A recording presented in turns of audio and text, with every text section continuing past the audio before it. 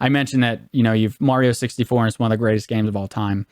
And every time you talk about something like that, every time you say that, oh, this game is the greatest game of all time or one of the greatest games of all time, I usually use that phrasing one of, because I think that there's room for a lot of games to be the greatest games of all time. But I think people misunderstand it. And it always bugs me whenever like a current generation person, like a teen, like someone that was born in like the 2000s, like that era, it always cracks me up when that generation decides to have an opinion on these old classic games being helmed as greatest of all time. They go, well, it's not. I mean, come on, you're wearing the nostalgia glasses. Yeah, like the games are way better nowadays. And I'm just like, okay, yeah, well, Destiny 2. Yeah, like technically speaking, sure, but like I think people misunderstand or maybe even misrepresent what greatest game of all time actually is insinuating. It's basically the framework of that is that it either superseded or exceeded, the framework or the status quo of a current generation and, sort of set a new standard going forward. Factoring in the time that it was presented in really gives, And people push back on that, but I'm like, but that's not really, it's not just not fair. It just doesn't make any sense because you can't say, this game is the greatest all time. This game is the best game 20 years from now, right? Like that doesn't make any sense. So like you have to hold it to the standard, but it's more about what it has done in like during that period of time, right? Look like at the original Final Fantasy VII.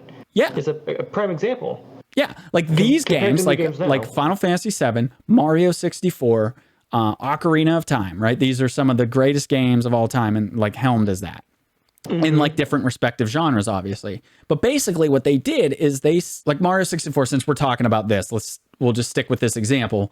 But Mario 64 came out as one of the first 3D games, period, one of the first 3D platformers. And it not only did it, like it didn't just create the 3D version of the 2D stuff you've been playing, but it sort of like perfected the craft at that time and set a standard that all other games like follow afterwards, right? Like I hear a lot of times when people talk about Mario 64, there's a lot of people that bring up like something like Banjo-Kazooie and they say, oh, well, Banjo-Kazooie is a better game. I'm like, well, subjectively, maybe you feel that way and that's fine. But objectively speaking, Banjo-Kazooie Banjo-Kazooie is literally following in the shadow. They're following the footsteps of Mario 64. So many 3D platform games are doing exactly that.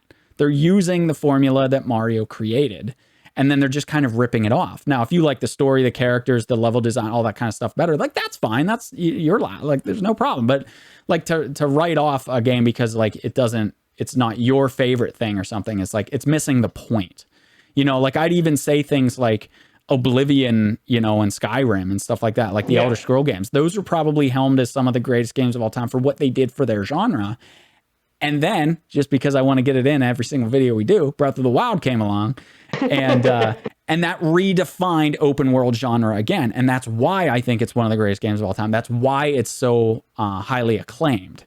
Not just because, oh, it's another Zelda title, or oh, it's another Mario title, or oh, it's another this or that. It's because of what they're doing to the industry. And then, of course, they do have future effects, right? Like that does balloon out because, like when Ocarina of Time came out, every game for a very long time, even today, still uses the Z targeting that game created. So it's, so that's why I think part of the reason why people confuse the greatest game of all time idea is that like, oh, well, other games are mechanically better and blah, blah, blah. Well, yeah, technology has advanced. Mechanics have advanced. The machines are more powerful, all this kind of shit. So naturally that stuff's going to get better. But it's rare to find a game, any modern game, that breaks the standards of the modern era. Yeah. So shut up, you young punks. Yeah. It's kind of like saying like fucking Michael Jordan or Babe Ruth like are not the greatest of all time. Like fuck them. These other people broke this record or that record, and so we should take them out of the Hall of Fame. It's like, no, they still at that time, like when it's like, just relax. I guess it's like, and there's room for more, right? Calling a game one of the greatest games of all time doesn't mean that other games can't sit upon that same mantle. Have many trophies.